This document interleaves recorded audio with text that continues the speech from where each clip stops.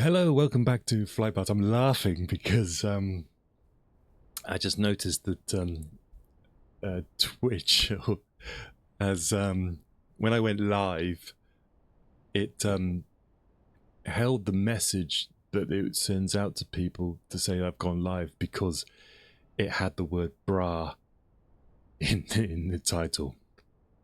So if you're here because you think I'm talking about women's bras, I'm sorry to disappoint you. I'm actually talking about the Battle of Quatre bra, as in arms. Anyway, good to see you. Welcome to Flight Pass. My name's Simon. We're talking about the Battle of Waterloo, actually, and we are here in Belgium. This is Brussels. We have got the Parc Royal below us, and this is where on midnight on the 16th, well, 15th, 16th, Wellington is dispatching his orders to move his troops to the south. We know he moves in orders down to the village of Waterloo and to Genappe, but we're not sure he's actually got a written order to say go to Quatre Bras at the moment. He's still a little bit dubious about whether this is a feint by Napoleon coming up through Charleroi or the real deal. Okay, so we are, as I say, we're in the Huey, but we left the Huey back at the crossroads. We just came up here to have a look at the distance to Brussels itself. So he's shocked by the speed of Napoleon's advance. He feels that he might be humbugged at this point, and luckily his orders have gone out to concentrate his troops, but and some of them have been disobeyed by the Dutch because they've realized that the threat is at Quatre Bras itself.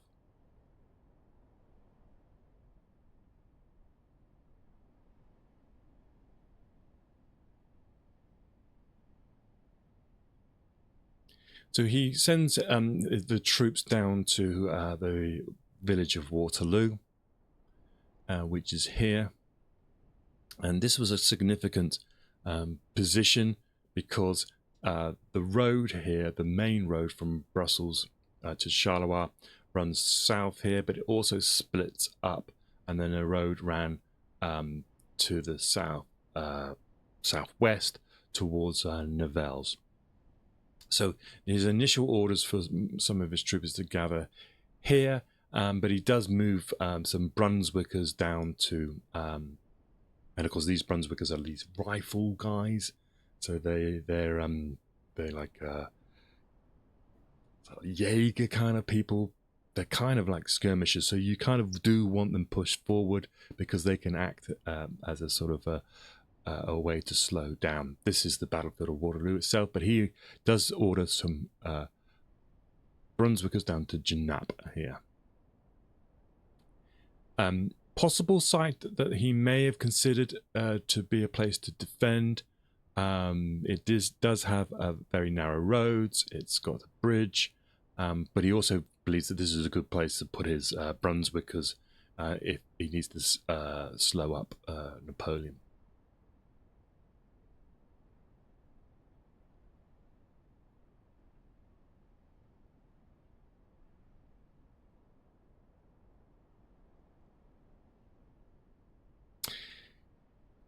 With all this happening, this guy has got there's something about Wellington. He's at this board. He's got all these news coming in of invasion, and the first thing he does is he goes to bed.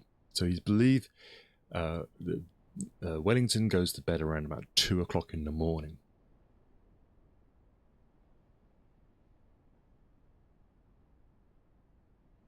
And we look, and one of the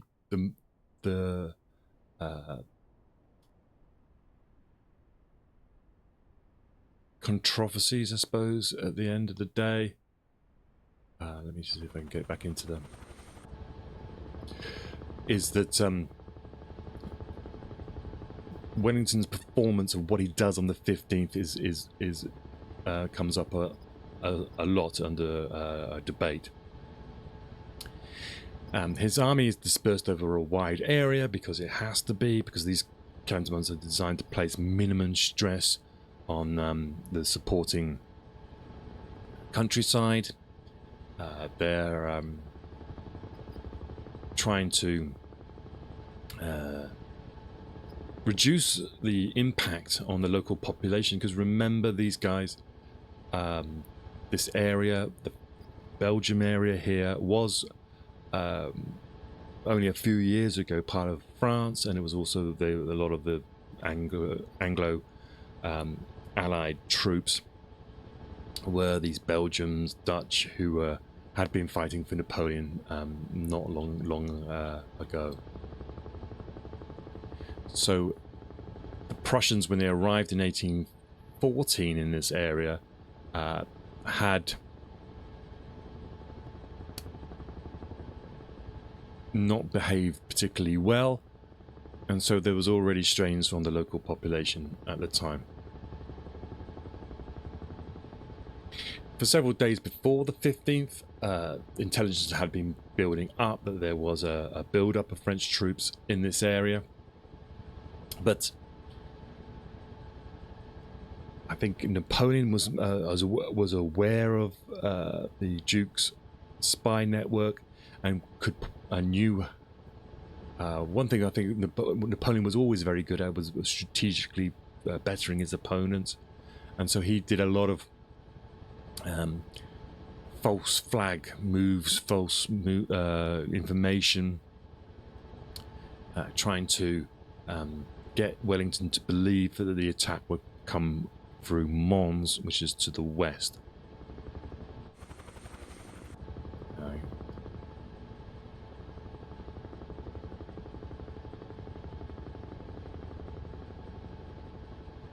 What I'm going to just do here actually is restart, because I've lost the blue line area which I wanted to follow. So what Wellington has done is Napoleon has made Wellington believe is that the attack is coming through Mons, and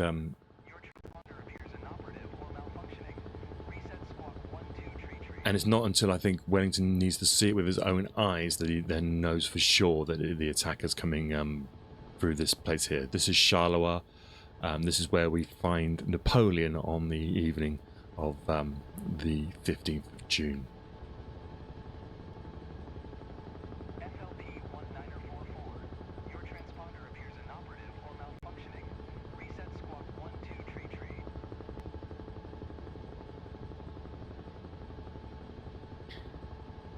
One argument you could say is that the order to concentrate his army could have come a little bit earlier. We remember he was going off to cricket matches, literally a few days before this. He had heard rumours of Napoleon being in Maubeuge, which let's just pop the other map out for now so we can.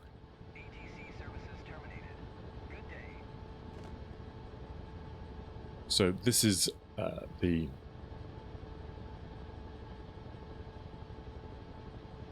this is Belgium, and so what Napoleon's been very clever at is he's divided his army into 3 columns, and his left column has been over in this area here, and he's been keen to be seen in Maubeuge. He's been keen that the troops there, that Wellington is aware of a build-up in this area here. Now, Wellington doesn't know whether this build-up of troops here is Napoleon's central column, his right flank, or his left flank. And this is where Napoleon wants Wellington to be like, okay, if he's at Maubeuge, he can come from either direction. And so he's clever then, even possibly being seen in this area here, being visibly seen in Maubeuge, when actually his access was from Avesnes, Beaumont to Charleroi. The Maubeuge side is interesting. The way he attacks coming across the border on his left flank is to send one of his corps, the corps of D'Erlon, up to Binche. That cuts off this route east-west here. Very important communication between route between the troops at Nivelles and Mons, but also means that it blocks any communication linking up from Mons down towards Charleroi. It also puts into the head, if you're thinking you're in Brussels, this plays into the fact that there's an attack likely to come through Mons. So I think the initial order to concentrate on places like Braine-le-Comte and Nivelles is a wise one. That's fine. And to move his troops down to Waterloo, again, a good move, because their road splits at just outside of Waterloo. It splits and moves, so you can get to both sides. But he's not committing his troops completely forwards. But we now find that what's going to happen is Wellington is now going to ride himself down the road to have a look at what's going on.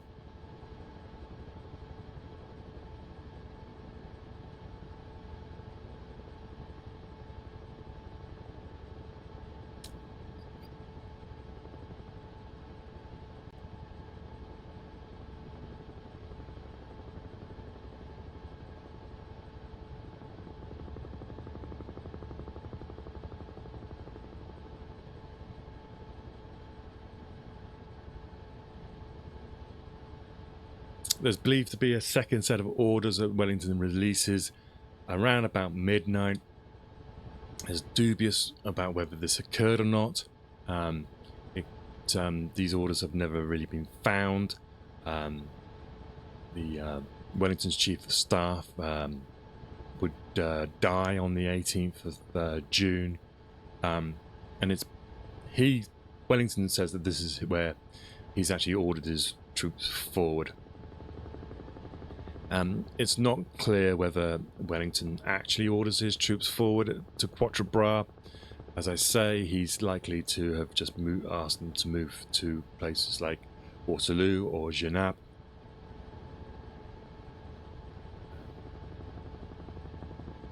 In his after-action report of on the 19th of June after the battle, his famous dispatches, he says that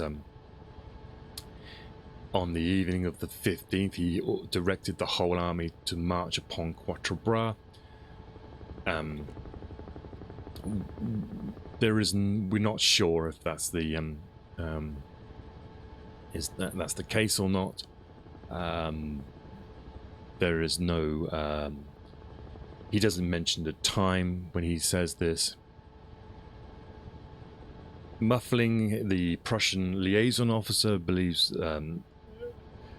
towards midnight, the Duke entered his room and said that he had given orders for the concentration of his army at Nivelles and Quatre Bras, and that this was while the ball of at the Duchess of Richmond's ball was in full swing.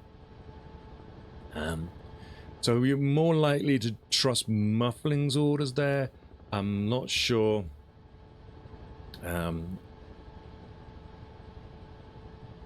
We're not sure whether there was a direct order, basically, is what we're saying, or whether it matters or not. Well, it kind of does matter, because, as you say, some of the Dutch and Belgians have disobeyed the order to concentrate in Nivelles, and that saves that puts a strong force at the crossroads to deny Ney.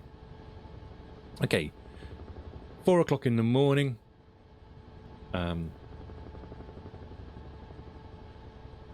Napoleon rises. Now he's basically had maybe about 5 hours sleep, and he's anxious to press on towards Brussels.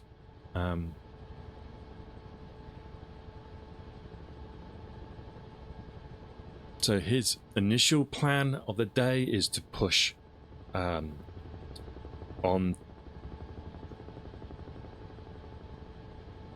Is to move up and basically test the water. If Wellington doesn't stand, then his plan is to drive him backwards towards Antwerp via Brussels, and he wants to keep them away from Blücher and try to keep because he felt that Blücher would likely go back on his communication lines towards Liège.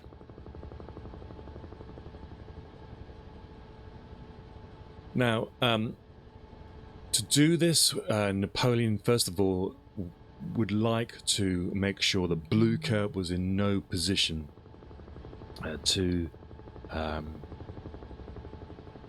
support Wellington. And so he orders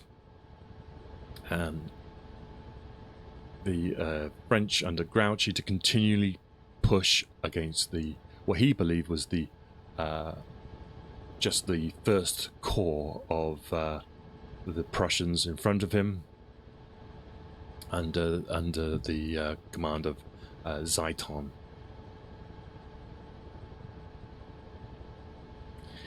And he wanted to push him back. Let me just jump out here. We'll talk about Napoleon's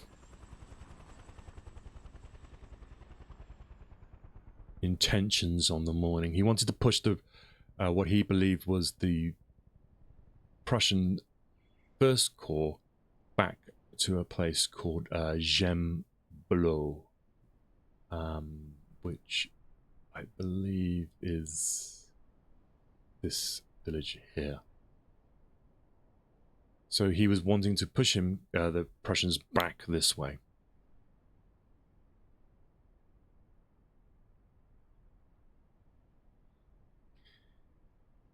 And wanted to deny the Prussians the Namur-Wavre road. Let's find that road. So Namur is down here. This is Namur. And we've got Gembloux in the middle, and then Wavre here. So if you can see now the genius mind of Napoleon, look at the way the Gembloux is a crossroads between two communication lines, between Wavre at the top here at the number 5 and Namur below. And it's a similar setup if you look at the way the Quatre, which is at number 3, is in relation to Nivelles and then Sombref.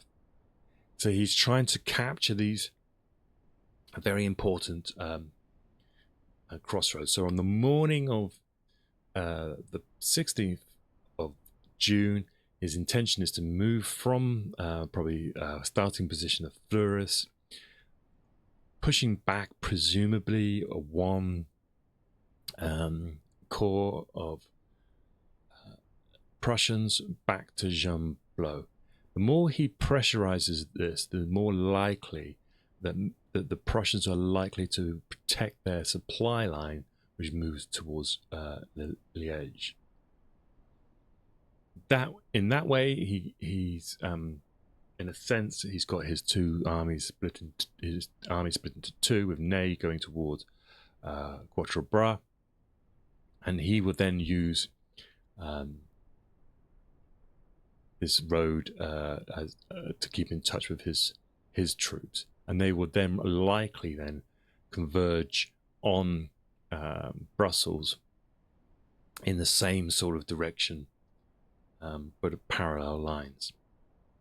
And it all depends on the strength of the armies he's meeting and who he wants. But at the moment, I believe what he thinks is that he's only got one corps of the Prussians ahead of him, So if he can get slip his army in between the Allies and the Prussians, he can then force the two armies back on their supply routes. So today, yeah, you can see then that the way Napoleon's mind is working.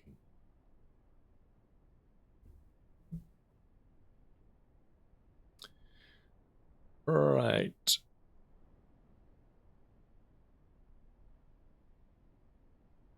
Okay, let's jump back in the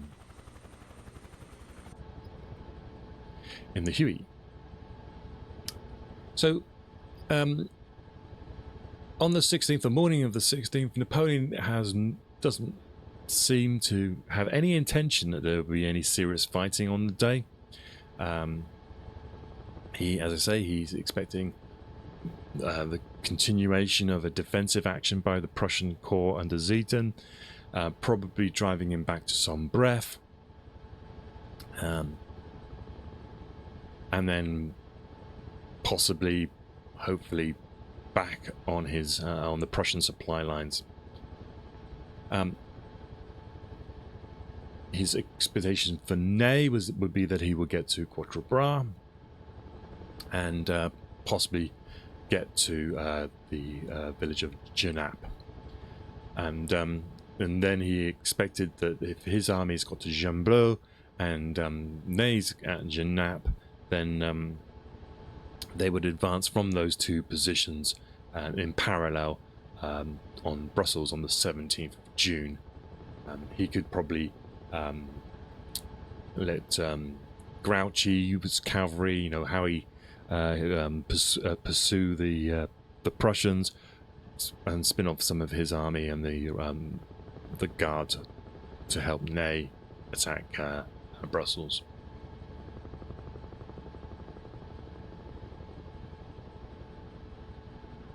He has no, I suppose, because his way of thinking is more strategic. He doesn't believe that the Allies would try to concentrate their armies south of Brussels. He didn't think that there was. He didn't believe that he'd given them enough time to concentrate, and the distances involved wouldn't be conducive to the Allies concentrating their armies together.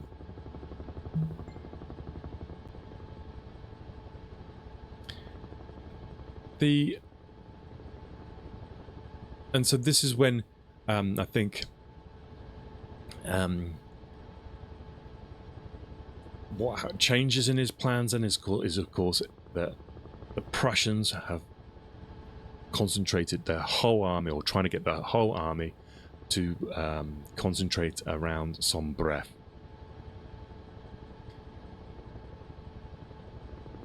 And this, I think Napoleon is surprised by this, because this gives him the opportunity to do what he wanted to do by the second day of the campaign, to get an army of the Allies isolated and be able to destroy them piecemeal.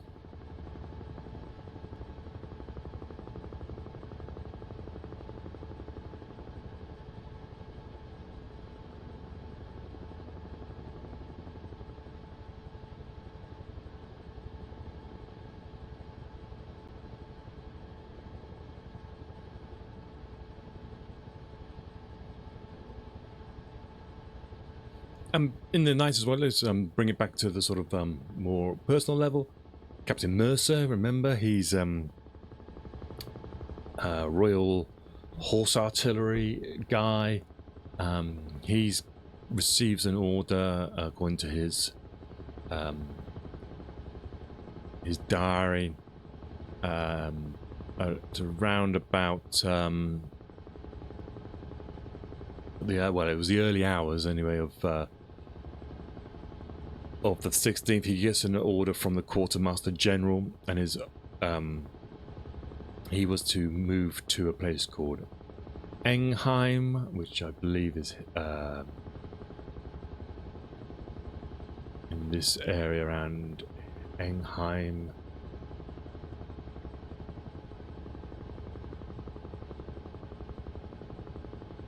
Yeah, they got two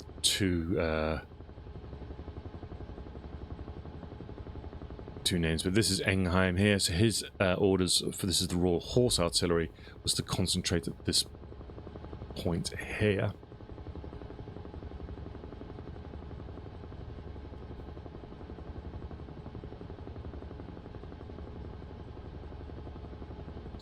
And the order comes basically saying it says Captain Mercer's troop will proceed with the utmost diligence, not urgency, diligence, to Enghien, where he will meet Major MacDonald, and he will point out the ground on which he is to bivouac tonight. He gets this order in the early morning of the 16th. So the tone and the time of the order shows that there's a lack of urgency being expressed.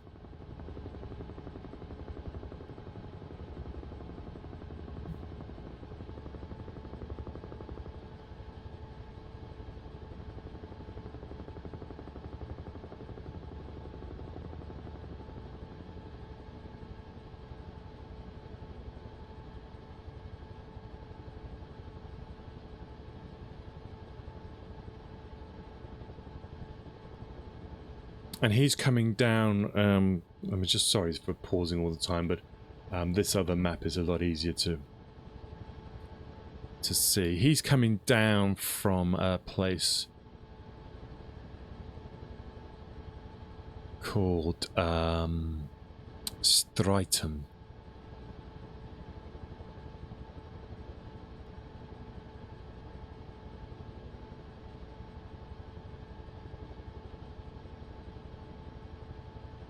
Which I can't.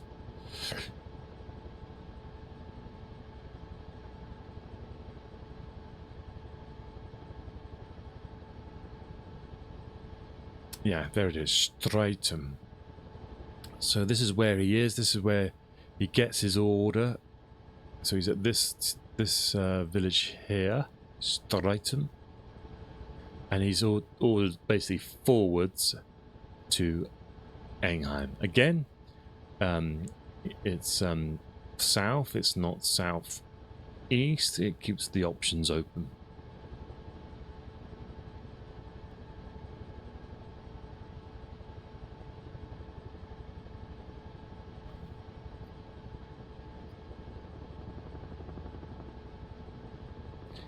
And he describes those roads as being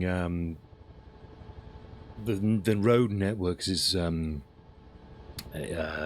numerous tracks, intricate, bad, often resembling woodsman's tracks.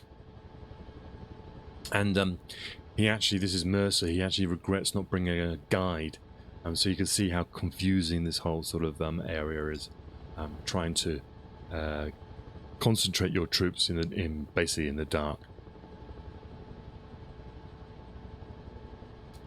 The 23rd Light Dragoons under Major General Sir John Vandeleur. They're part of the 4th Brigade of Light Dragoons, and they're ordered to the same place, this Enghien place. And this is where the concentration starts to begin. He met there by Major General Sir Richard Hussey Vivian and his 6th Cavalry Brigade of Hussars, and the 1st Troop of Royal Horse Artillery of Major Robert Bull is there. And they are coming up. I just quickly, they're heading down to a place called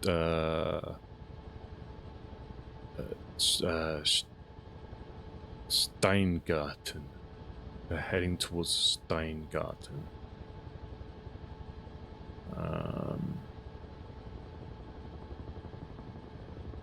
Steinkirk.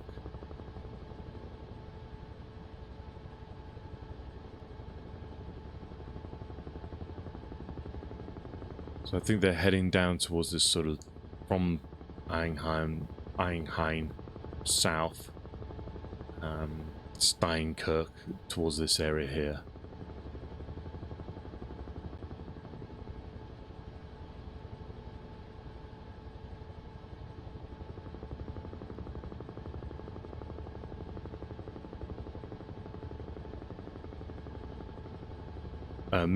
Captain Mercer will eventually get to Einheim, and he speaks to Major MacDonald, and he attaches his troop to then Sir Vivian's cavalry brigade.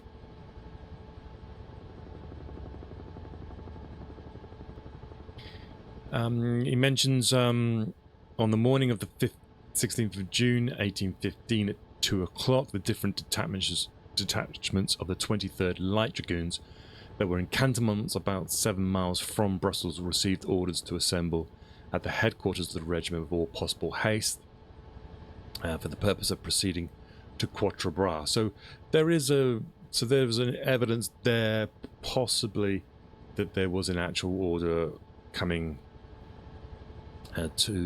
from Wellington to get to Quatre. But we are talking.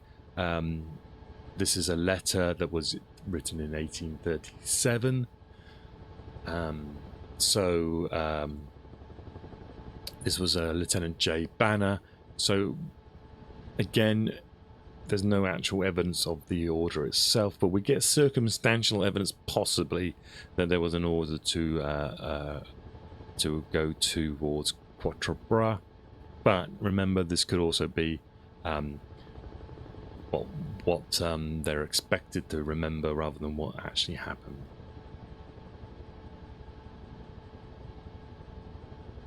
We eventually get to Nivelles, which let's head over to Nivelles.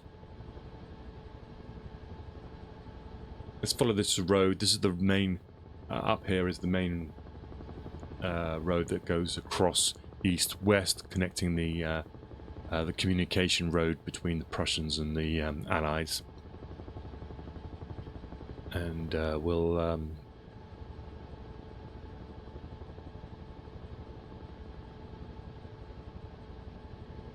follow the road to Nivelles.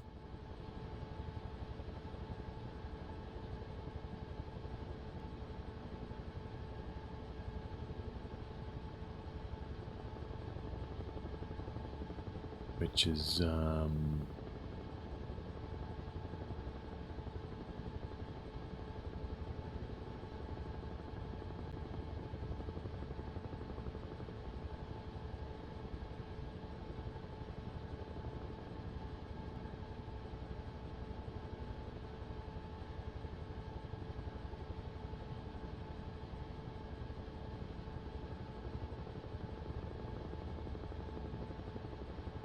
think it's this one here.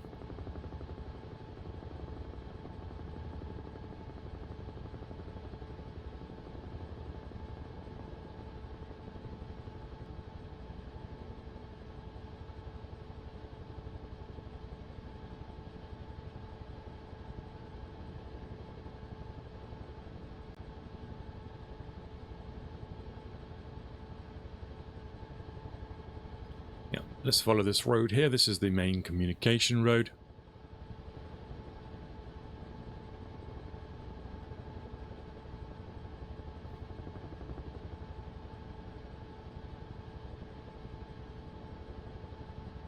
This is a letter from Lieutenant J. Banner. And by the way, these are all in these recollection books that are so good. He describes reaching Nivelles,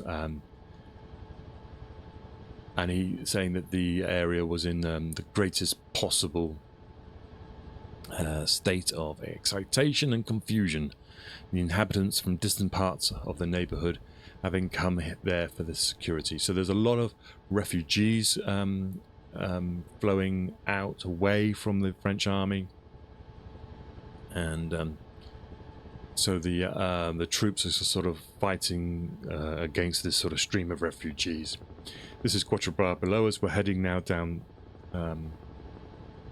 the road towards Nivelles, and this is the road that they'll be pouring up during today's events of the day, which is the 16th of June 1815.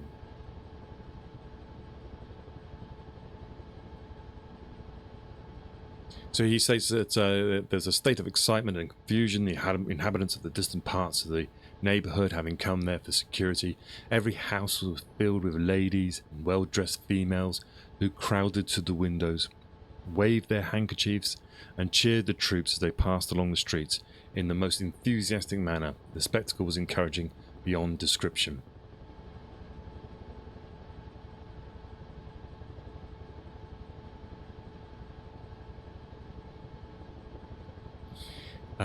This is orders received by the 1st Foot Guards, 16th of June, 1:30. Drums beat to arms, the battalion and baggage ready to move at 2. At 3, the order came for the brigade to assemble at Hove. Heavy stores in hospital ordered to Brussels. At 4, the order was given to move to our left over the position of Steinkirk in the direction of Braine-le-Comte, where it arrived about 9 o'clock in the morning. Having been joined by the 2nd Brigade, we halted on the eastern side, having had great difficulty in getting through the town in consequence of the numberless wagons and baggage confusedly huddled together in the street. So that's Braine-le-Comte is where the Prince of Orange had his headquarters, and we're talking this place here. So they're being ordered to move east from Braine-le-Comte. This is the 1st Foot Guards, and as you can see, we're here at Nivelles.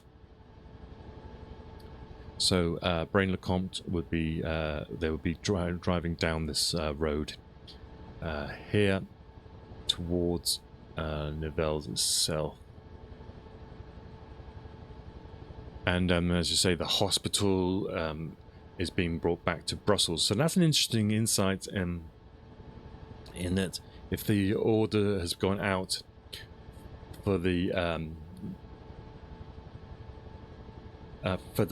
heavy stores and hospitals to go to Braine-le-Comte, this suggests that there's a sort of a switch towards the east, possibly, and that Braine-le-Comte is a bit exposed. Also, if you're moving your hospital to Brussels, then maybe you're thinking that most of the casualties will be coming in that way. Anyway, let me know what you think about that. So we're at Nivelles.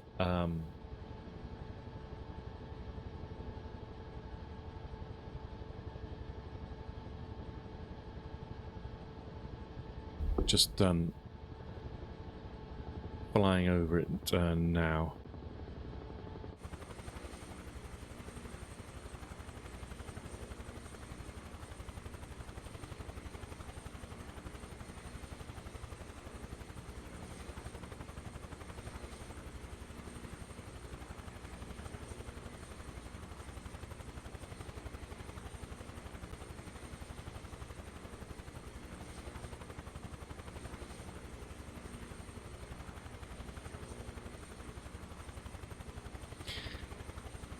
So they say here that this is the 1st Foot Guards. They're told they're heading to move towards from Braine-le-Comte. General Cook returns from a reconnaissance at around about 12 o'clock in the afternoon, in midday, and he says to move the division towards Nivelles itself. They describe, and this is important for what happens later, that there's excessive heat. At this point, the men are suffering with the weight of their packs, and the first foot begin to arrive here at Nivelles at around about 3 o'clock in the afternoon. Now they believe, because if you think about it now, it's 3 o'clock in the afternoon, they've probably been moving most of the day from the very early hours, considerable distance, and they actually say that they are expecting that this to be the end of their march. But they were just sort of stopped briefly. Hardly had they disencumbered their loads when an aide-de-camp brought the order to advance immediately. And so the first foot guards in the division are back under arms, started to double quick down the hill. They were on this side of the town. Let me just they were here on this side of the town, and they were told to double quick down the hill into Nivelles. And what they believed at the time, because of the urgency of the order, was that the French were on the other side of the of this village town.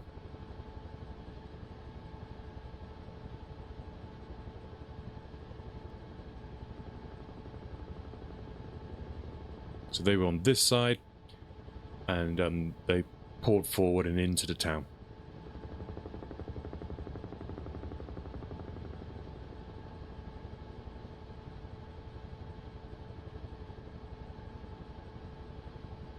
They, at this point, and we're talking about 3 o'clock in the afternoon, they could hear fighting going on the other side of Nivelles, and maybe the way the atmospherics worked at the time, they felt that they were a lot closer.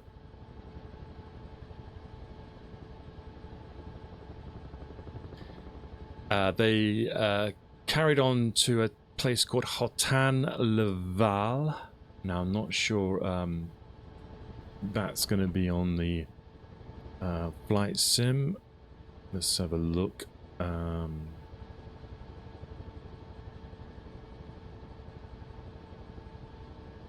Yes, there we go.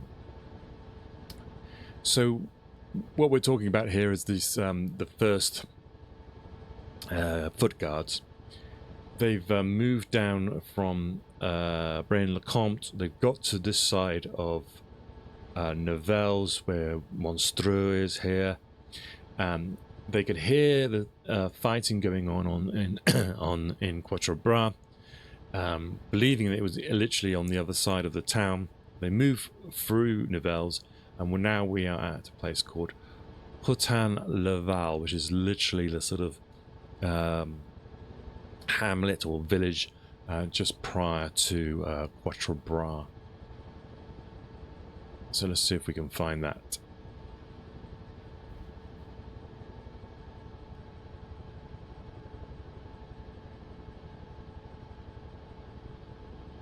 So follow this road out.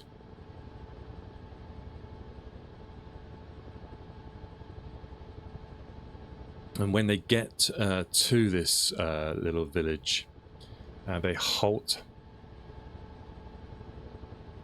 in order to allow stragglers to catch up and let the artillery pass.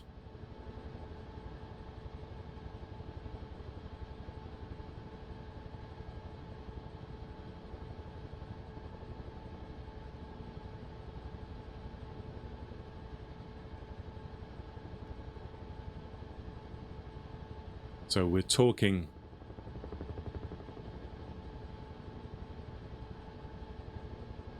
probably a village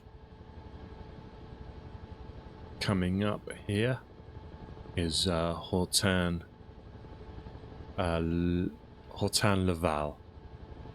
It's here as well that they can hear the battle going on ahead of them. They believe it's really close, they're given the order to untie 10 rounds of ammunition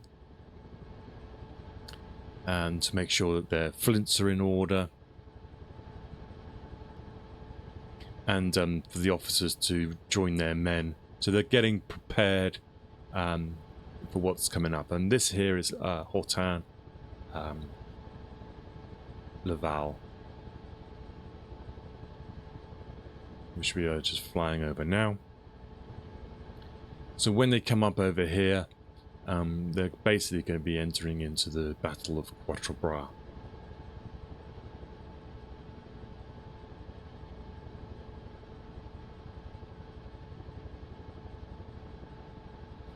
On this road as well, they're coming up to the junction. They are encountering many men who have been fighting already, who have been wounded.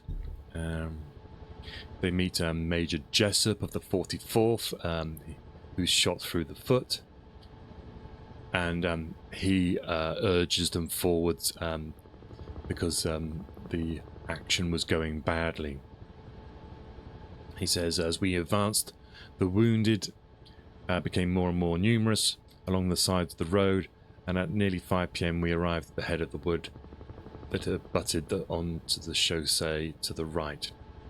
And that is all from an account by Captain Powell of the 1st Foot.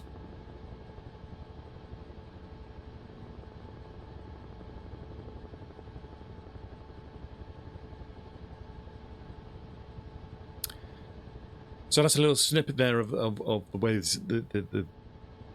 the Allied troops are rushing to get to the front line. Peter Hofschroer, he's author of a series of books. This is one of them. He does excellent work on the viewpoint of the Prussians. He says in his book that Napoleon has wrong-footed Wellington, and it's causing him to fumble and muddle.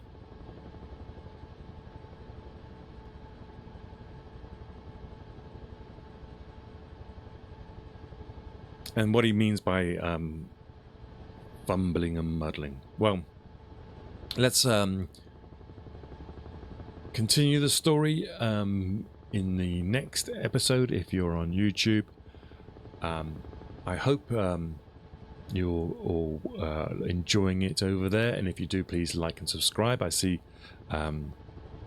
we've got about 24 subscribers now, so and I saw someone the other day was saying they're about 12 hours into this. I know it's quite slow, and we will definitely try to pick up the pace a little bit, but I used to do this thing which was like a reconnaissance flight, but I think it's more interesting to see it together, and we can look at the distances involved together. If you're on Twitch right now, I will be back in a moment, and we'll continue the story of the 16th of June 1815. Thank you.